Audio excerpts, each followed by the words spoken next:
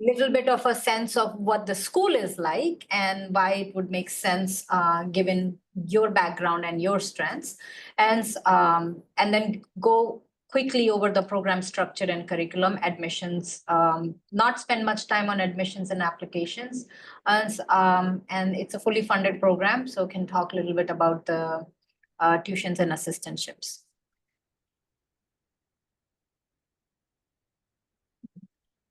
Okay, you all can read this, I'm sure, but I'm going to repeat it again. And I borrowed it from one of my colleagues. I think this really summarizes a PhD program. So completing a PhD is a long, hard road with many potholes and washed out bridges along the way. You may run over some landmines and have to stop and turn around and explore other routes. If the goal is important to you, then these obstacles will not prevent you from completing your journey. But if you don't know why you are on this road, then you will get discouraged and will probably leave without finishing. I'm going to replace probably to most likely. This is one of the most difficult programs that you will undertake. Next slide. So what is the goal of PhD program? The court mentioned that you should know the goal. It doesn't matter what your goal is, but you should know why you are pursuing PhD program. And that goal needs to be important enough for you. For some of us, it's being faculty members. For others, maybe it's acquiring the skill set that you want to work in the industry. It doesn't, or teach in an institution. All of those are legitimate goals, but to have a goal as to why you are pursuing PhD is an important one. So what is the goal of PhD program? I've synthesized it very simply. It's basically, it's a path towards scientific inquiry. So conduct research to solve novel and complex business challenges. We are in PhD in business school. And I say, what is the other goal? What's the outcome of it?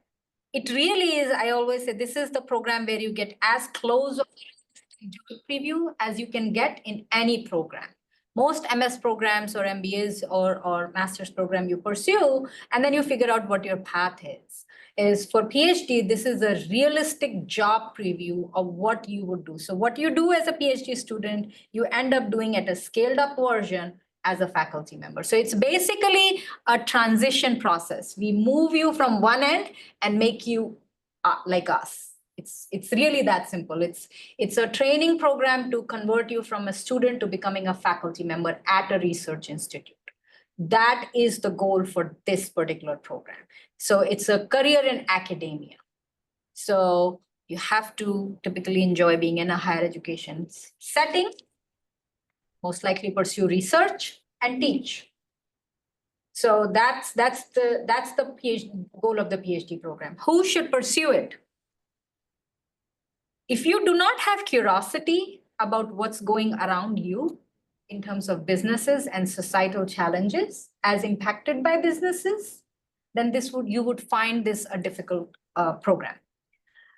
You have to have innate curiosity as to why companies are behaving certain way, why certain decisions are being made, what's the impact of implementation of technology in an organization, how the field of finance and accounting is changing with the advent of technology. I'm using all technology example because that's who we are. But host of other challenges, like in management, you have to be curious as to why people behave in a certain way, in a certain context, why organizations as a collective mind behave in a certain way. So you have to be basically curious about the phenomenon around you that organizations are impacting or are being impacted by organizations. Of all the three written up there, curiosity and tenaciousness and enjoy reading and writing, I would say tenacity is the most important one. Again, it's a path of scientific inquiry with lots of challenges, potholes, turning around, figuring out. Science is not linear. Science is checkered with a lot of obstacles. But if you enjoy the process itself and enough, then you'll get through the path. You'll get through the part. So it's the tenacity. It's your ability to keep following up on the questions. If you don't find, there are times when you would design a study and you would hypothesize, okay, this is what I'm going to find. You execute the study and you don't find the results that you're looking for. So you go back and redesign it and ask a question a different way. So tenacity, I would say, is the most important of the traits that you would need to survive the 5 years of the program. You have to be almost most of the time enjoy reading and writing. First year you spend, and you'll hear from the PhD students, you really unlearn how to read and write, relearn how to read and write, and then continue reading and writing. This is again a PhD in business. You have to be enjoying reading a vast amount of literature, getting up to speed of what's going on, and being willing to write your ideas and write those papers. So I think at the very basic level, those are the traits I would say you should be curious about the phenomena happening in organizations and impacted by organizations in industry and within society, be tenacious and enjoy reading and writing. Okay, to talk a little bit about PhD in business at Saunders. So I'm going to share some of the Saunders, but I'll also invite my colleagues and students to share what the Saunders experience is. Let me talk a little bit about the model that we adopt in the PhD program. It's a very apprenticeship model.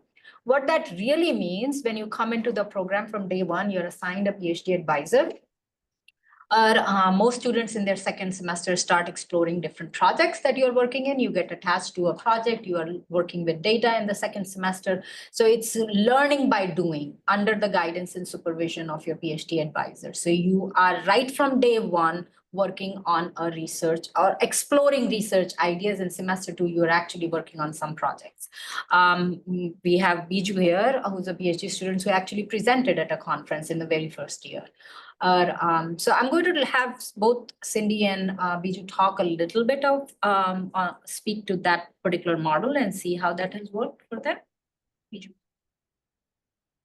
Yeah, for me, right from the start itself, I was attached to a mentor, a professor, and I started working in a project right from my first semester. So that's what culminated in a conference paper. So after the first year, there were also opportunities to explore more projects with other professors, collaborate with different other disciplines. So right now, there are multiple projects that I'm working in, and that has expanded my knowledge and my skill set also. Cindy? So it's similar experience in terms of having an advisor when you come into the program, and then you get trained with some, research assistant work. You could learn some things about research, learn how to write and read. You unlearn things that you know before and learn new things that would put you in a better position in doing research. So you explore topics and you kind of find an area where you want to specialize in. So over the time working with my advisor, you get exposed to different topics in finance and accounting. And then that's how it's been going since then. So, and then you can combine research from different disciplines. So it's not restrictive. You can get topics around both from finance, management topics, and, merge them together and find research ideas. So it's explorative. That's what I would say. And there are a lot of opportunities also for you to present. Like Cindy, we have a graduates student symposium showcase at the university level, where if you have a research, you get to present it. So I see some questions come in, and I think some of those questions will be answered eventually. So we'll hold off on answering some of those questions. Interdisciplinary, Cindy alluded to it. We cut across all departments. It is one thing that I will say that ties closely to the collegiality and vibrant research culture of Saunders and at RIT. It really, truly is a very collegial and a supportive environment. We interact with students at all times. I stop by their office. They stop by more than I do. And we go out for lunches for them. But why is it important beyond just building a community is that you're our peers. You will become our peers. in 5 years. That's the goal. So you really are our peers. So it gives a platform beyond building community for you to exchange ideas, talk about research, talk about challenges that are affecting you professionally, or making you or making it harder for you to pursue research. This is again, like very different program. So any type of support that we can provide. I'm going to ask my colleagues to weigh in on the interdisciplinary research part of it. That is very core to what we do. So it's not just interdisciplinary across departments, it is interdisciplinary outside RIT also. So Biju, what he didn't mention, is actually working with the advisor who's working with the School of Computing. So he's involved in a project that leverages his background of software engineering and software development, and is working with the computing on a project. So all of that is feasible because of the kind of university that we are. Neil, Rich, or Shana, I wonder if you wanted to speak to the interdisciplinary piece. Yeah, sure. We certainly is very supportive of interdisciplinary research. Within our departments, we like to collaborate across different disciplines. For example, I'm in MS, but I collaborate with different faculties on marketing, and we have PhD students who go on and work with both marketing and MS professors. And I think speak to the apprenticeship model is that this is a collaborative relationship between the faculty and the students too, right? So the student may come in and have specific interest, and we would like to work with the students. If that interest brings us to collaborating with someone else in a different school, that's great. That allows us to broaden our collaborations network too. So we welcome interdisciplinary research, and we try to accommodate to the students' interest too.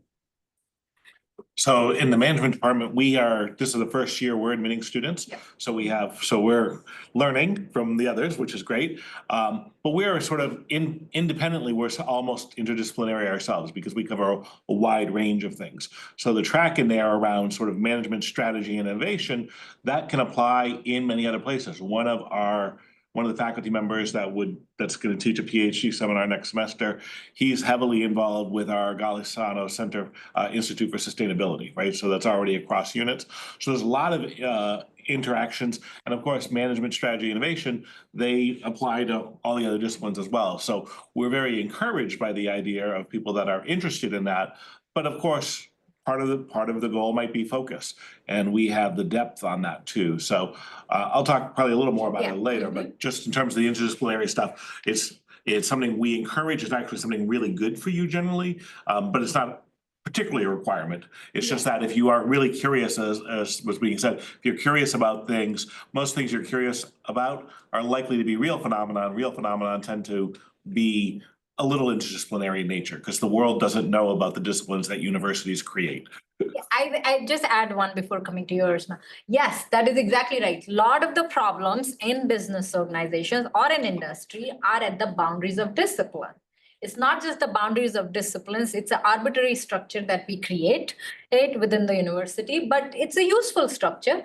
But the problems are not discipline bound. In fact, we have faculty members in management and working with faculty members in accounting and finance. So it happens, the issues are at the intersection of the disciplines. So it's not only encouraged, we have infrastructure and the culture to support some of that work.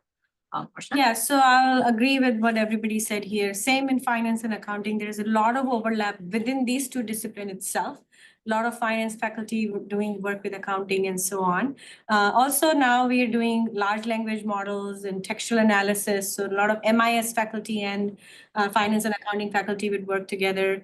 As Rich mentioned, the sustainability aspect of it. So a lot of finance people are doing research with the sustainability aspect. And again, as you said, management is about how people behave, how organizations behave, and then we want to study what is the impact of those behavior on the bottom line, on profit, stock market, and prices, and so on. So there is a lot of, as we said, all problems cover all aspects of the business. So you don't get to see, but the room that you're seeing us is part of the new building expansion. And we're very, very excited. And it's just such a fun expansion of older building, which is also nice. I did not mention this, but I've been at RIT for 20 years, so long time.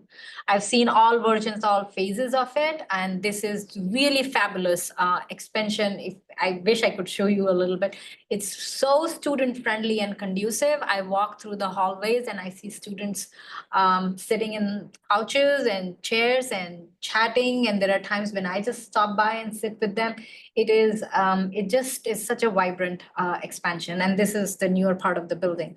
And I'm going to talk a little bit about the program focus in general, but most of the time we'll talk about the areas of specialization. Even though we are not recruiting for digital transformation this year, it has 4 students. I want you to hear about it.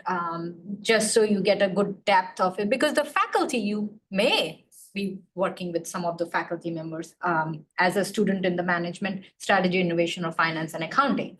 And so the program focus, it's a PhD program in business administration with a bit of a twist. And the twist is this is RIT, and technology is a huge part of it. So a lot of the faculty research and the program itself is at the intersection of problems that exist, is focused on the problems that exist at the intersection. It is too late in the day for me. At the intersection of business and technology, how technology advances are now impacting businesses. So AI being one of them. So how is AI research or AI innovations are really impacting in marketing, hospitality, or finance, all of those disciplines, but also how organizations are impacting technological advances and how that is creating a societal challenges. So it is really, a lot of the faculty research you would find is at the intersection of technology and the business problems. It leverages RIT's strength as technological innovation-oriented university. What that really means, given your background, you could be taking courses from other schools. That may or may not be possible at other. We have a large computing school. Again, it depends on your background and whether you can take those courses, but those options are available. Saunders' curricular strength is also at the intersection of technology and business. All of our MS programs, those graduate level courses that will fill your electives are part of the STEM designated programs. So you have a robust curriculum and strength and reputation of the university as a technological innovation university. I'm going to now switch to Rich to talk a little bit, give you a sense of management strategy and innovation area, which is where we are recruiting a student for this year. Rich? So yeah, so we are recruiting for the first time for our management strategy and innovation track. And as I said earlier, that's sort of a broad track. We're really interested, as was being said, with the idea of that intersection of technology and those fields, right? So nowadays, it's actually almost taken for granted that if you have a strategic initiative in your organization, there's going to be a technological component to it. You know, how are you going to do it? How is your supply chain going to cross, continents and stuff of that nature? A lot of that will be modeled by technology. So it's a broad field, and it goes from, we have people in the department who really focus on very sort of micro organizational behavior things, but even there's issues around how technology either, for instance, amplifies or hinders the expression of voice in those situations. So there's plenty of opportunity in there, and the ethical considerations around it. Excuse me.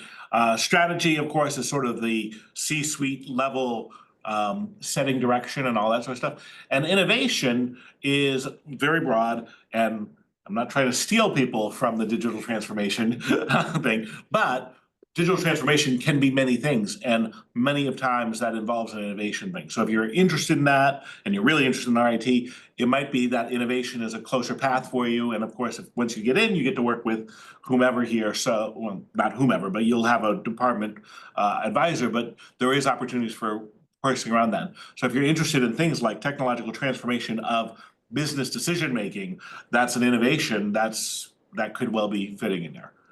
I could go on for a lot longer, but Shal's giving me the eye that says, someone else's turn. No, Neil. So I don't see that as stealing students. I see it as an opportunities to collaborate. Exactly. So Rich Nice. have preface that a little bit. So in digital transformation specializations, we focus on the role of digital technologies and how they are integrated into organizations and what is the designs and impacts of those technologies. So digital technology is referring to things like business analytics, AIs, blockchain. In our department, I think more than half of the people are doing research in AI now. So we're focusing on the role of AI's impact on the consumer behaviors, on the platform, how the design of AI change the behaviors, right? So if you are interested and want to research on technologies and the impact of technologies, digital transformation is for you. I know that we are not recruiting, but that's I think there's opportunities in here if you coming into different specialization and say, I want to also branch out and do something with AI or something like that. We have students doing that in accounting and finance, working with MS professors. So I think there are still opportunities there to collaborate across the disciplines. Okay, so in finance and accounting, again, it's as the name says, we focus on both of the areas, and there is a lot of intersection between them, as I mentioned previously. But in finance, you will be our professors are doing research in corporate finance, investments, options, or other derivatives. So there is all of those opportunities for you. You don't have to say this is we are not like only corporate finance or only investment here. So you can work with any of those topics. And in accounting, again, there'll be some people who are working on tax, some people working on auditing, financial reporting, and 10K analysis and so on. So there is all aspects of finance and accounting is covered here, and then you can it's surprising, we are recruiting right now, so as we are interviewing candidates for a faculty position, I was surprised to see how many finance PhD would have publications in accounting and finance both. So there's a lot of overlap, and of course including the technological aspects in all of our research is the highlight of our program, I guess. That gives you a sense of the PhD in Saunders. I'm going to go through quickly with my next slide, please. No, you're fine.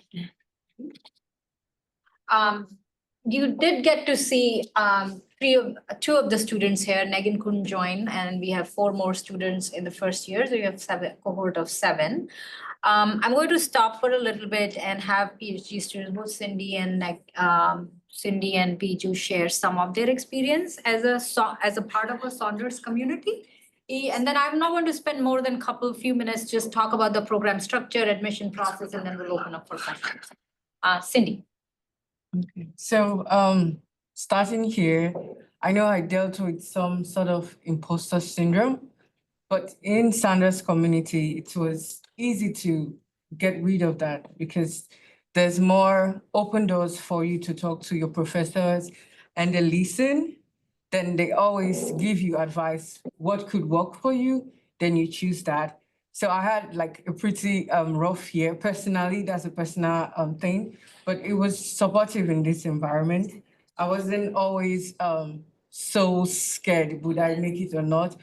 Because they are there to talk to you and they are there to listen and always guide you. So, and one thing I enjoyed was the office hours for classes. Yeah. Yes, it was really helpful. And I've talked with some other people in other programs. Some don't always have excellent experiences with office hours, but for here, the attention they paid to us was unique. That's what I'll say. So I run a first year PhD seminar, Intro to Doctoral Education, where they get more advice than they care for. But it's the imposter syndrome is not new. You'll experience it all your life. Yes. We experience it now, so you don't get rid of it. But I think do you have the support system to help you manage so it's not a barrier any longer? So I think it's always that. Biju? Right. So for me, the reason why I applied to Saunders is because of the business and technology combination I saw on the website. That actually attracted me because it aligns well with my background in business and also in technology.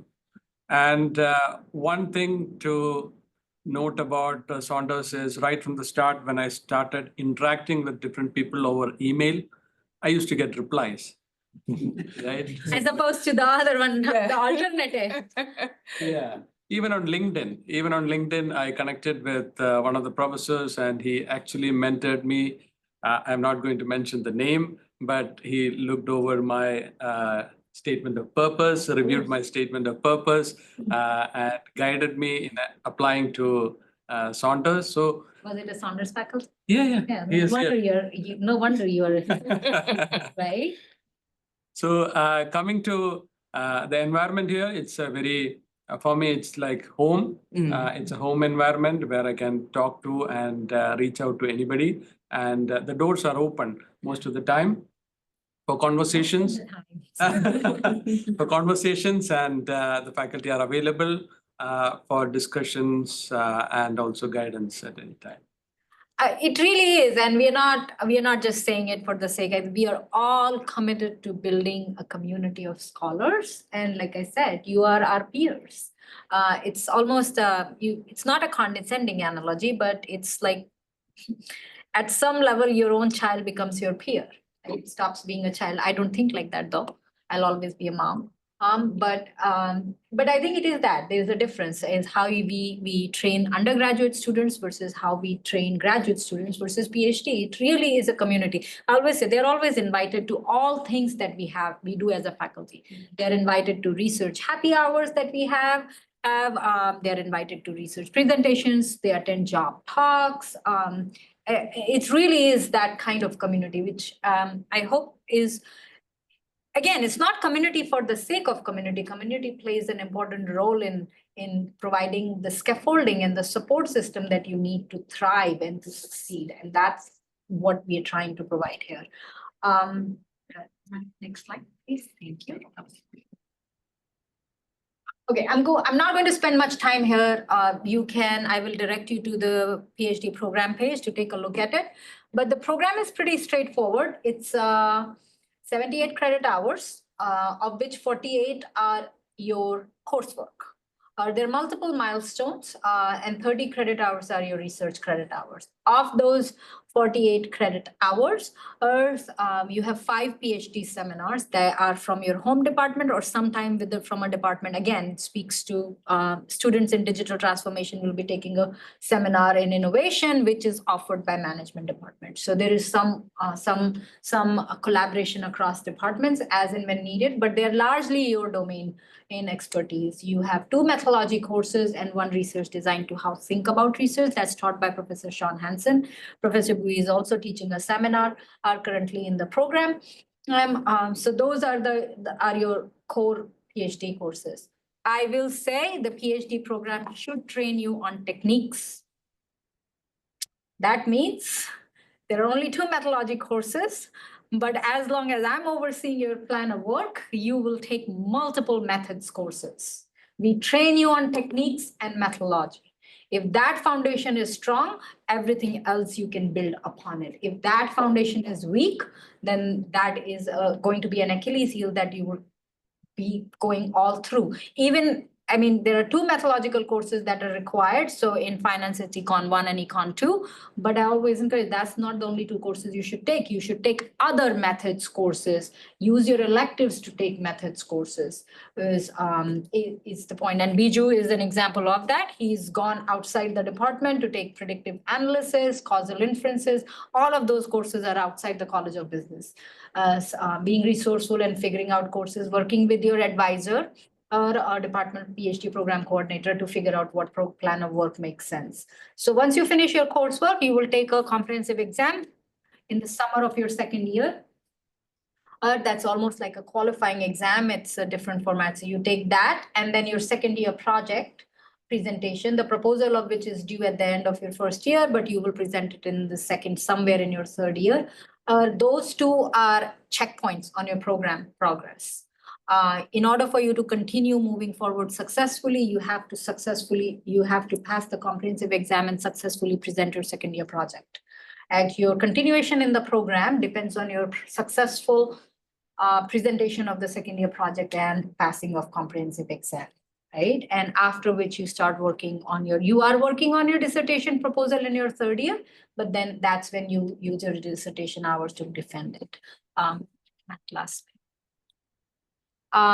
Again, it's a pretty straightforward. If there is a question about whether we are going to waive GRE, GMAT, the answer is no.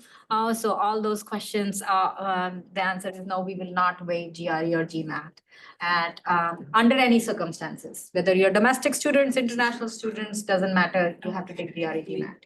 So all the multiple questions, there is one answer now. I'm happy to answer any questions as we move along later on the application and admission process. It is a funded program up to 5 years, contingent upon your satisfactory progress. So you have year-end evaluation by your advisor and by me. So on a satisfactory progress, contingent upon satisfactory progress, the program is funded. It comes with a stipend of 29K. It might go up this year a little bit, but 29K is your stipend. That includes your summer, and of course tuition is waived. I'm going to stop here and see if any questions, Sarah, or maybe we can unmute them and see. You can raise hands and ask questions. I'm happy to have a conversation with any and all of us. Stop sharing too if you want. Yes. Hello. Hi, everyone. So I've talked a lot, Hi. but happy to take questions. Yeah. Hi, everyone. I introduce. I have a question. If you're yeah. asking a question, quickly tell us where you are coming from, and your name. Yeah.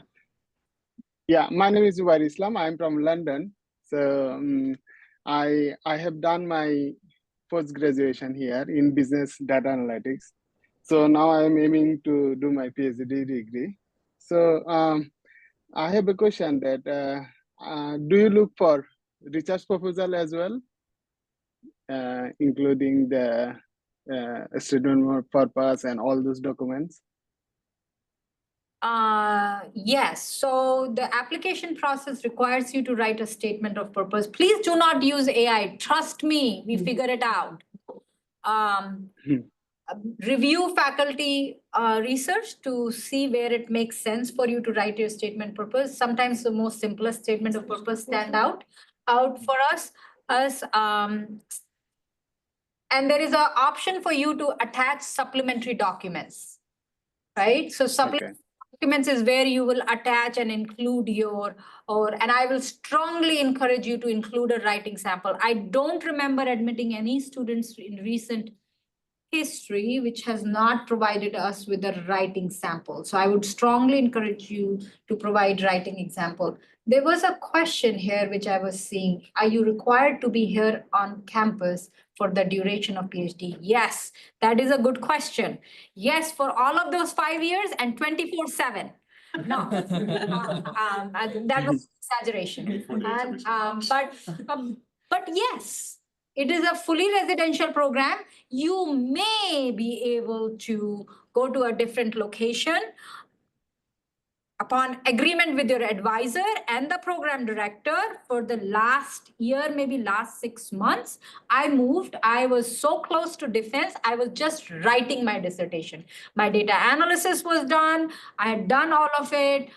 For the last 6 months, I moved from Cincinnati to another location to be with my husband. And then I came back and defended. But I was really done. I was just exchanging drafts at this point. So contingent upon your agreement, dependent on your agreement with your advisor, dissertation chair, and approval from the program director, you may, but it is residential. Not only is it residential, it is full-time. What that means is we do not permit part-time employment outside of PhD, at least for 3 to 4 years. So maybe in a 5th year, if you have made enough progress, some students take a visiting position, and that we can discuss. But until the time you are much further along in your dissertation and are on track for finishing it, we do not allow. So yes, it's a residential program. So there's another question here Yes. that says, will the application requirement include research proposal or just a statement of purpose? You certainly do not need to have like a full-blown research proposal. No. But your statement of purpose might express, again, that sort of curiosity and passion that you have. And the more that you do that, the more it's gonna be meaningful, right? So again, this is sort of against the using AI thing. Like we want, when we review the applications, we want to see that curiosity and the passion that would lead to the tenacity. So it's important to write something that is meaningful to you, but I will also point out, it is not binding. If you write a statement of purpose that says, I'm really interested in, you know, whatever, Bitcoin variability or whatever, and then you get here and you decide you want to study something else once you start taking courses, because part of your first year here will be to be exposed to about different things that hopefully you haven't been exposed to. You might change your mind. I did that. I came out of, I had a whole career in information technology. I wrote more like a research proposal where I went about studying why really good technologists get promoted to be really bad managers. That's what I was gonna write about. And I got there and I didn't study that at all. I know that. I did. And same true for me. I wanted to study organization culture. I continue to remain interested in it, but almost all of my work cuts at relationships at work, one way or the other. That theme has evolved over a period of time. Yeah. Other questions? So Our I think hands up agree. too. We don't wanna. Mauro, I see your hand up. Yeah. Hello, am I audible? Yes, you are. Tell us where you're coming from. Yeah, I'm speaking from Istanbul right now. Yeah, so I just completed my master's degree in management. I have a bachelor's degree in procurement and supply chain management. That's from Ghana. Yeah, and currently my research interest is at the intersection of customer churn, customer lifetime value optimization, and customer relationship management. Yeah, so I'm wondering, looking at the three specialization, I didn't see marketing to be specifically, so I would like to see where I fit in this program. I'm going to let Professor Will talk a little bit about marketing and Yeah, so certainly your research interest fit into the marketing. We do have students who in marketing specializations areas. We currently at the full capacities. Like I said, there's possibilities of students coming in the different programs and then do research across between different disciplinaries. So that can be one way to work it out. Again, Sean, you have to. Yeah, so yes, your interest falls squarely into digital transformation. So marketing is digital, at least in the department. So digital transformation covers faculty from marketing, MIS, Management Information Systems, and Analytics. That's the name of the department. MIS, Marketing, and Analytics. So marketing is subsumed in the department. In fact, we have currently a student who is working with a faculty who does AI and marketing. But unfortunately, we are not recruiting in digital transformation. And like I say this, I take all of us take our jobs very seriously here. The path to PhD is one about a fit. It is really, really important. We want to see you successful. If you're not here, then you'll get somewhere else and we'll probably cross paths at some point of time. It is really about fit. And I could say you could go to innovation, but from what I'm hearing, it is really digital transformation. And unfortunately, we're not recruiting this year. But I'll add.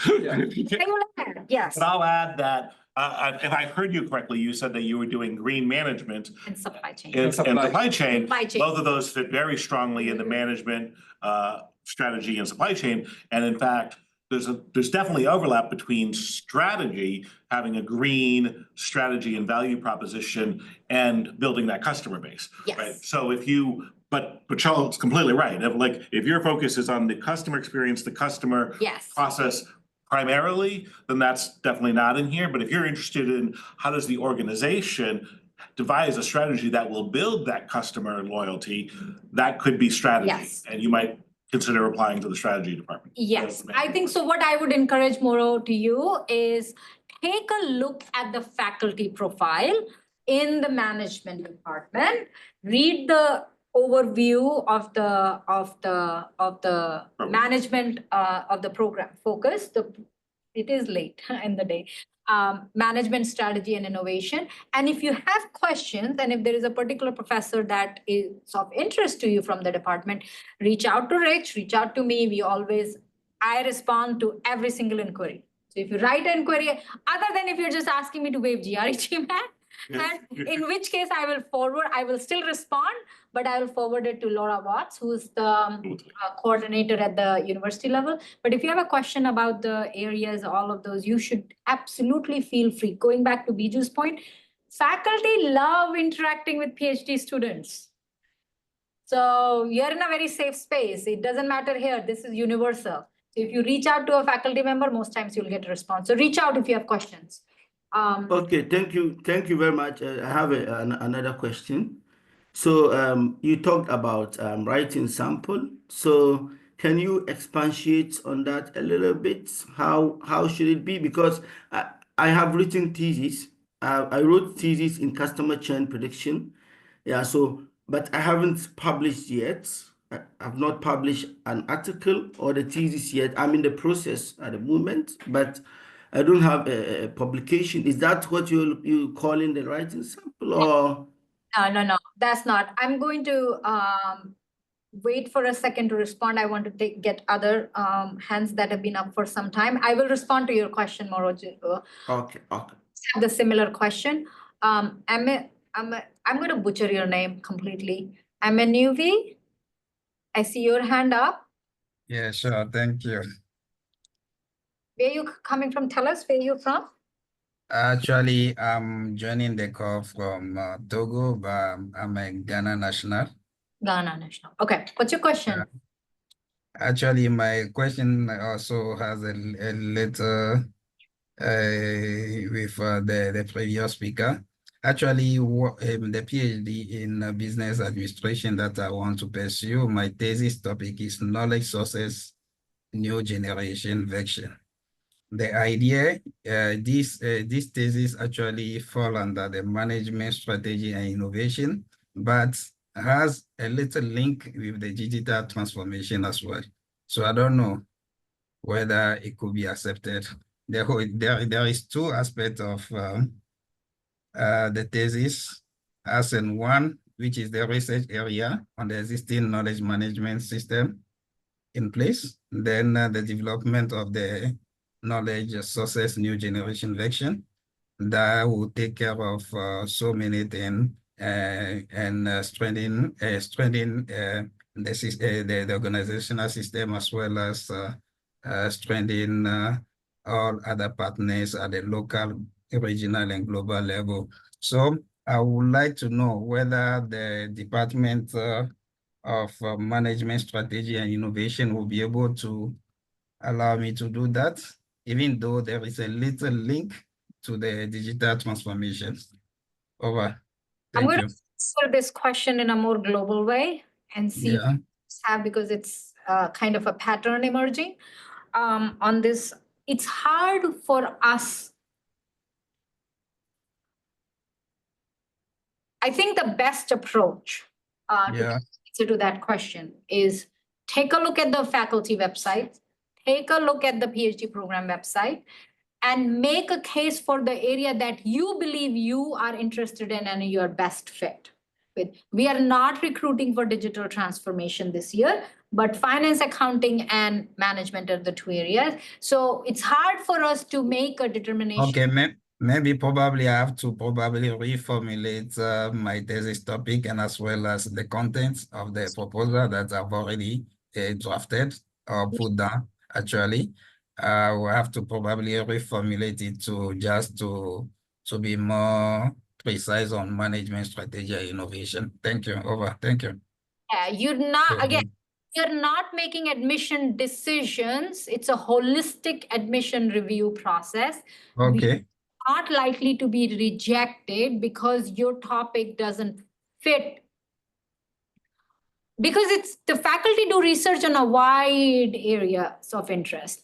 Like Professor Bui was saying earlier, or Professor Bui was saying that sometimes our goal as a faculty is to help you grow and develop your area of expertise. So if the topic or the areas have a somewhat of an overlap, that is not going to affect our decision. So you have to be honest and sincere.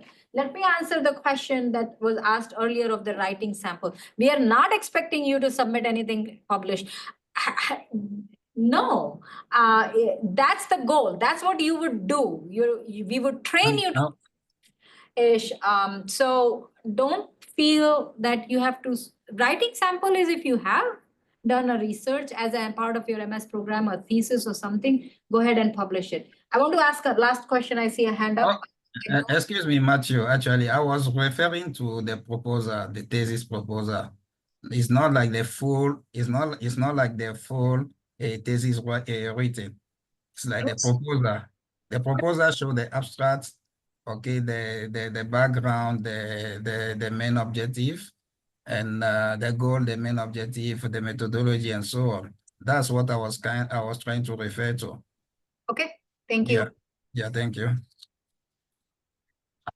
Ebo City, you have a question? Yeah, hello everyone. Hi. Hi, my name is Abosede. I'm a Nigerian national, but I'm calling from the United Kingdom. Firstly, I would like to, my question is to Cindy, yeah? Because I think she's Nigerian. Yes, I am. I was so excited when I saw, when I went to the website and I saw that as a Nigerian, and I'm like, okay, this feels like home already. So my question is just basically about living in New York. How have you found it so far? Aside from the academics, how do you see living in the city? You know, how the life is like a high life kind of thing. I think a lot of people would be interested. I won't. So I'm going to have Cindy talk about this in a second. I want to address some questions that are coming up that are related with applications. So your application is a rolling period. I would encourage you absolutely to apply by January 15th. We get hundreds of applications for 5 slots. We are not in a position to, so if you do not apply by January 15th, it gets tricky because we make admission decisions in this 3rd week or 4th week of January, and there are 5 slots. We go through very, very quickly. So that's the deadline. And English writing, depending on, there is information on our website that will give you whether the English testing language requirement can be waived. University has certain, if you email Laura Watts or me, I will give you what are the options for waiving IELTS. Cindy, all yours, sorry. Yeah, thank you. So my experience in Rochester has been quite calm, not too bad. And then the fact that I can find African stores because I love food. So I can get amala, I can get other stuffs. Oh, okay. Like goat meat, some other things I can get. Where do you get goat meat from? Yes. Right. Yes. So if you're a foodie like me, you could really explore the town. It's still encouraging to Africans. It took a while, but I found those spots because I was determined. So for food, and then sometimes you could go to different parks. Sometimes I take my daughter to parks and just to walk around. So it's really calm. It's not like the Nigerian setting because it's quite individualistic here, but I'm sure you would see some people that could be at the park, just say hi, you know. So it's quite friendly. It's not New York City. Okay. People Yes, it's not New York. people confuse us with New York City. Students come and ask us, how, like, I'm landing in New York City. There was one recent incident, right? They landed in, right? Landed in New York City and said, how do I come? Well, you're 5 hours away from here. Yeah. Oh, so the university is not like in the middle of the city, yeah? It's Rochester. So that's You should look up where Rochester is. Rochester is, Ah, okay. yeah. We're closer to Canada than we are to New York City. Yes, Okay. it's Okay. upstate New York. It's a very beautiful part of the country. I would like to think so. And for a town that the size it has a very robust cultural infrastructure. So you have really good music programs, really good theater, yeah. I want to, Okay. we have participants here, students, prospective visiting. I don't mean to ignore you all, but if you have questions, you should feel free. to ask. Hopefully they got answered, some of it. You're not gonna like my question. The GRE waiver, if you have a master's degree already, is that still? There is no required? situation in which we waive GRE okay. GMAT. I think, okay. Got it. You have to have a valid GRE GMAT score. Yeah, Yeah. got it. Yeah. No, I like the question. I think you will not like that response. The questions are great. Tired Not of it. like the response. Yeah. We're not waiving GRE GMAT. There is a reason, right? One of the reasons is it gives us a basis for us to evaluate you. But another important reason is also tenacity is a huge part of this program. You should be willing to take GRE GMAT. We made our own RIT student who has taken 3 courses with me and aced all of them. This is on recording, and got him to take GMAT. He had to take GMAT. I didn't waive it. So that's not, yeah. Piggybacking off that. Hi, my name is Stan. I'm an Hi, RIT Stan. graduate from 2008 in the business program in marketing. Very nice. And I'm Welcome exploring- back. Thank you. I'm exploring the MBA or this, trying to see which is a better fit for me. Okay. And I see value in both as I try to figure out where I go next in my That's good. career. So a Mhm. couple quick questions. One, piggybacking off the GMAT GRE question, do you have a minimum that you're comfortable sharing? No. But here is the thing, right? Matt, I'm very excited to have RIT students. Matt joined and he's a great addition to the program. We are so excited to have him. Perhaps it'd be good for you to talk with him. And I'm happy to connect you with Matt. And he's a first-year student. He did his MBA here. EMBA and PhD are very different programs with very different goals. So Very aware of that. it depends on the goal that you are pursuing. Matt was working in Paychex for 10, 15 years. He really wanted academic career. He's very happy, he's thriving so far. He loves this intellectual environment where you're pursuing questions, answering questions, and doing research. EMBA is a corporate ladder. That's what that is. More direct response to your question is, it's a very holistic review. Lot of factors play a role into our decision making. And it's a committee, it's a PhD committee that evaluates, and then the department faculty evaluate. So your interest, your engagement, your desire to pursue this career, your curiosity, what areas you're interested in exploring, that play a role. GMAT plays a role. I would look at it this way: if you don't have it, we don't consider it. But if you have it, you're in the game, and then everything else becomes an issue. Right? Thank you. Yeah. And when you said 5 slots for the program as a whole, is it 5 slots for the 2 program tracks or just 5 each? No, it's 5 period. But this time we may be entering, so we may be admitting 5 to 8, depends. So that would be 3 to 4 in management, 3 to 4 probably in finance. And that's where we are at. And just because we haven't actually been explicit about that, part of the reason for all of this, why we're not recruiting for digital transformation and why we limit it is, A, it's a relatively new program, but we really, especially right now, need to make sure that we have the dedicated attention from an advisor that is in a position to give you dedicated attention. So we're really looking to make sure that we have a connection with an identified advisor who can really guide you through this process. And eventually, as we get bigger and bigger, some of these things will change and there'll be more, A, we'll have more faculty, and B, we'll have more, we'll have more systems in place for it. But right now, it's very much kind of like Saunders within RIT. It's a very, very, very intensive, the faculty know the students and whatnot. It's even more so, I would imagine, for these people. And so we just don't want to have more people in the program than we can really support with the level of support we want to give them. And with time, what happens when the cohort builds, you support each other, right? So that's the goal. Biju and Cindy are of lot of support to our first year students. And I know that. So I think, some of that is that. Yeah. And last question. Yes. When you mentioned employment opportunities, there's no part-time employment allowed during the length of the program, correct? We will reconsider it after your defense of proposal. defense of proposal, we will reconsider it, but that is dependent upon your advisor's explicit approval, and if I'm continuing to direct, or whoever the PhD program director is dependent on that. Because it is full-time. We are investing a lot of resources in building a community of scholars, so it's investment on our part, and that's not going to help achieve the goal that we believe the program should have, and that does not work well. So yes. And just to clarify this, that includes not being able to function as some kind of on-campus capacity, correct? On campus, you could work, I mean, but we pay you. So we pay you a stipend that comes with a 20 hour of work.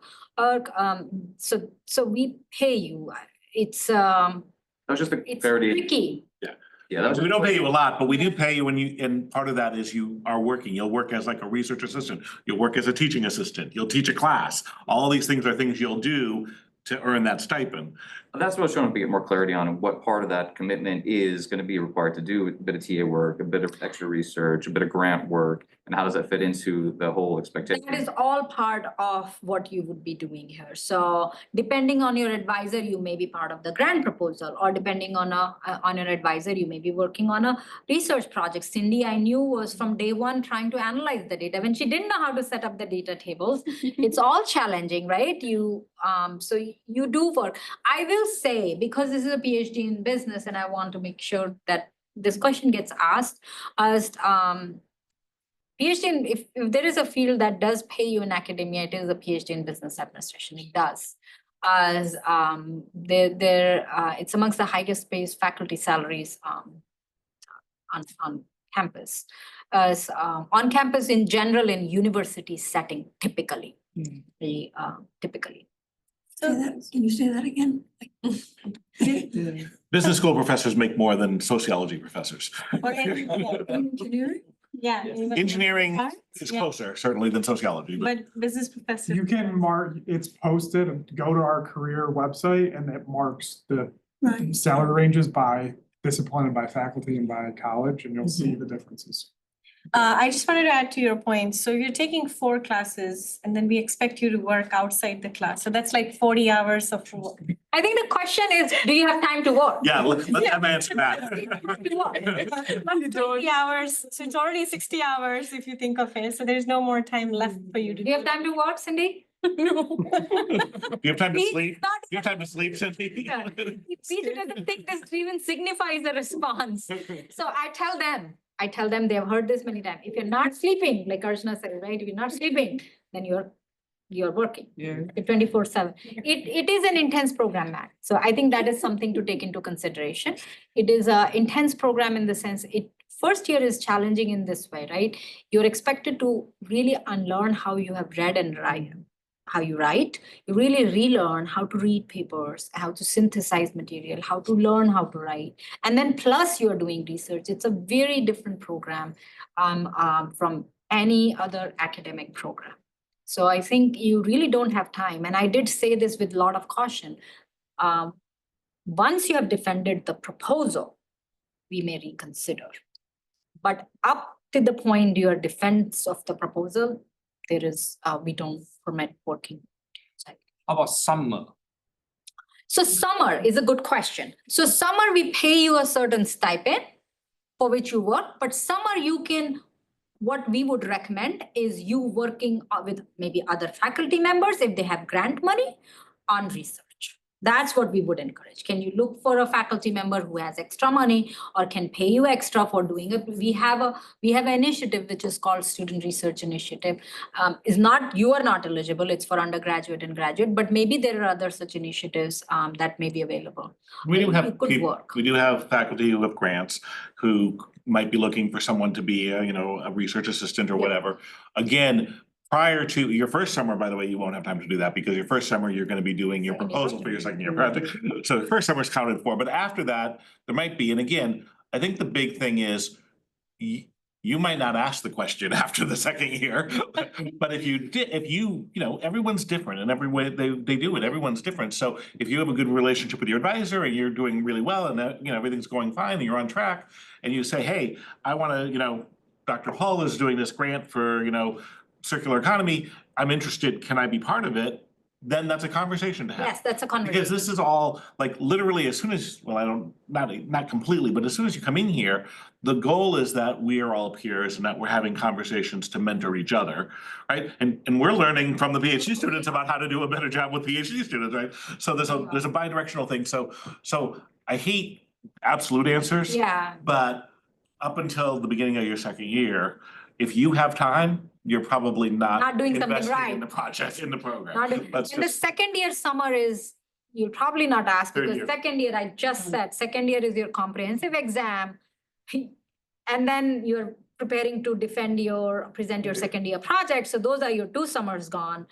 And third summer is probably defense of the proposal. So which is why I said logically, we may reconsider. Like I said, I don't like absolute responses either, but we may reconsider. So the reason why I brought it up, and I don't like the definite answer either.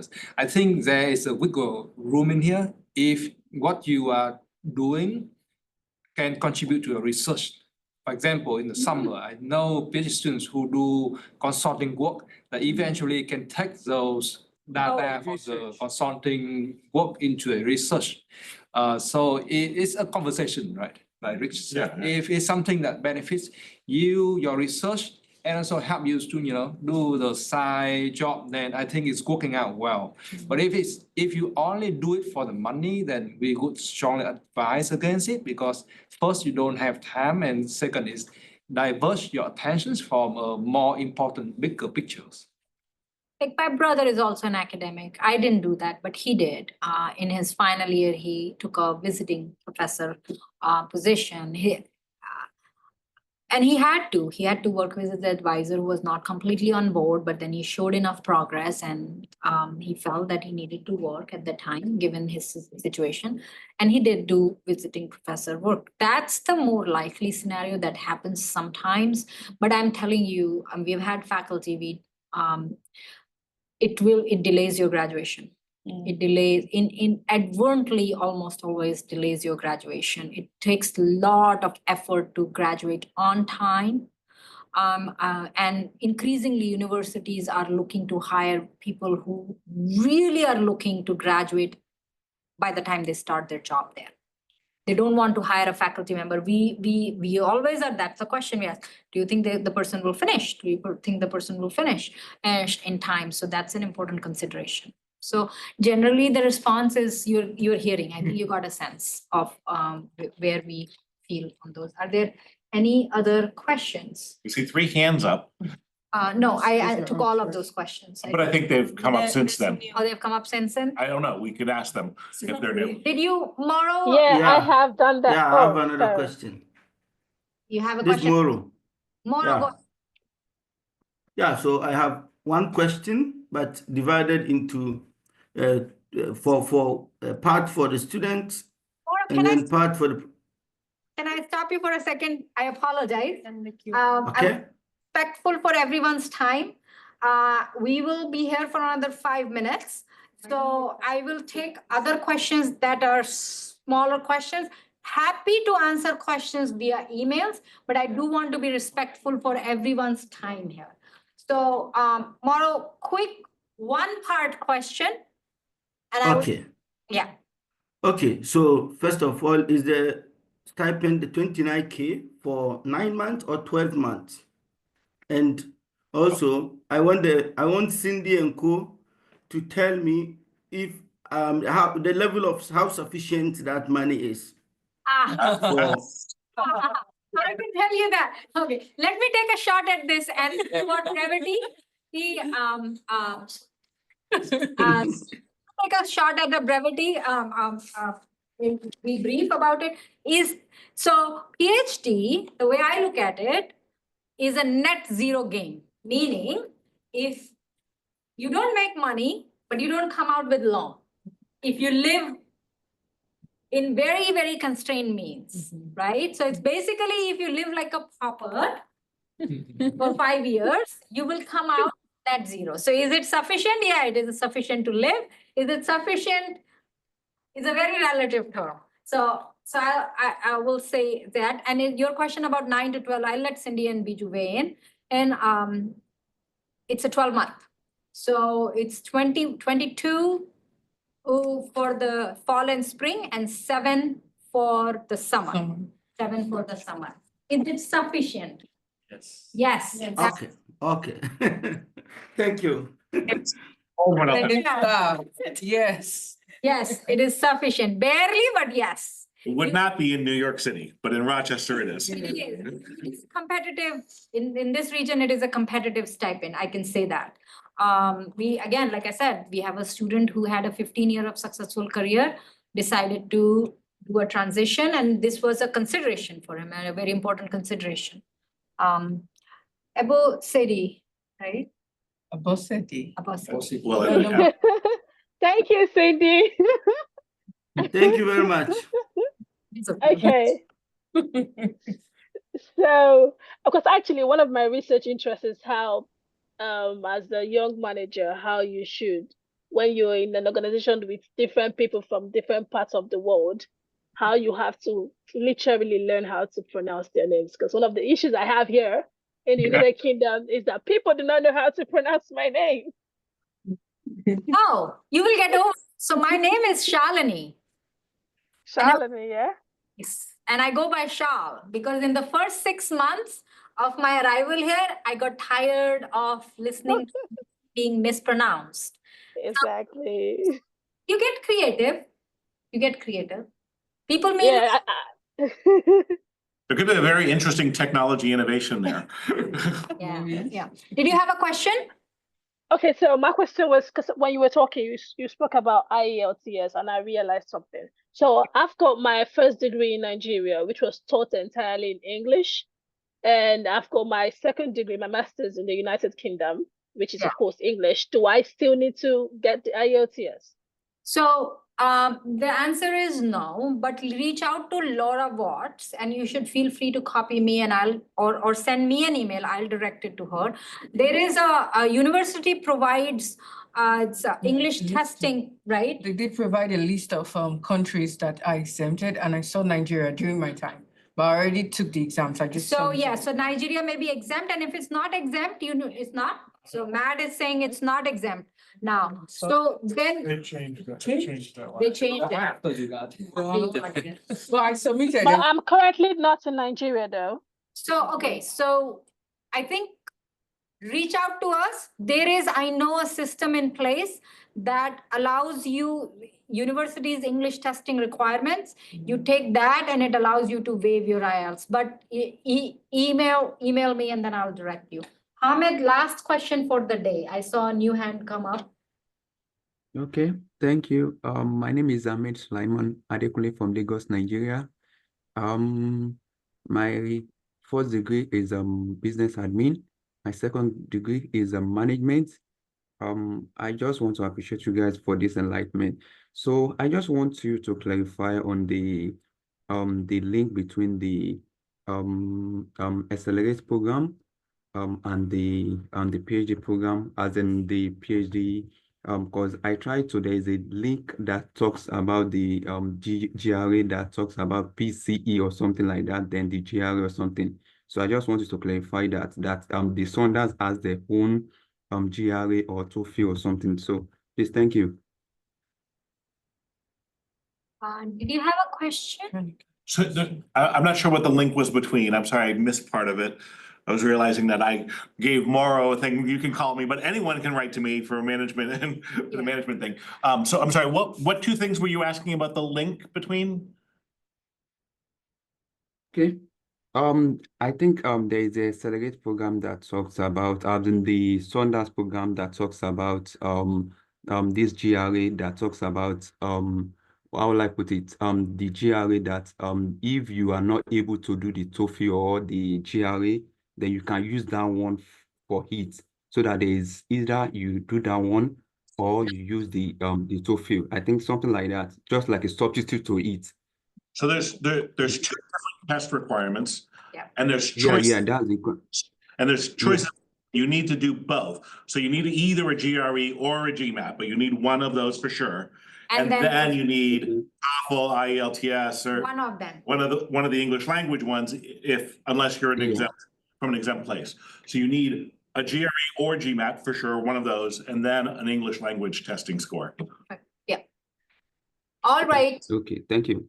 Thank you all for joining us. Did you have last? Just because I feel bad now, because I sort of, Mauro had the particular question that was related to the green and sustainability, which is one of my areas. If you are interested in strategy and innovation, my email address is already up in the chat. So make sure you save the chat before you leave and before we close out the chat. And then if you're interested in the management strategy and innovation program, feel free to email me directly as well. Yeah, and again, email any one of us. I'm guaranteeing you your, except for Cindy and Biju, your inquiries are going to be routed appropriately. Of course, feel free to email me and then I can divert it. All of us are here to help support you. And I believe Matt just typed Howe's address. He's the department program lead. So you should feel free to reach out. He's very responsive. I want to thank you for joining us today and having conversation with us. It is exciting to see so many of you interested in the PhD program. And I wish you the very best in wherever your interests take you to. And hopefully some of you will apply here, but feel free to reach out to us. Okay, thank you. Good night. Thank you very much. Of course, good night. Bye. Professor, please,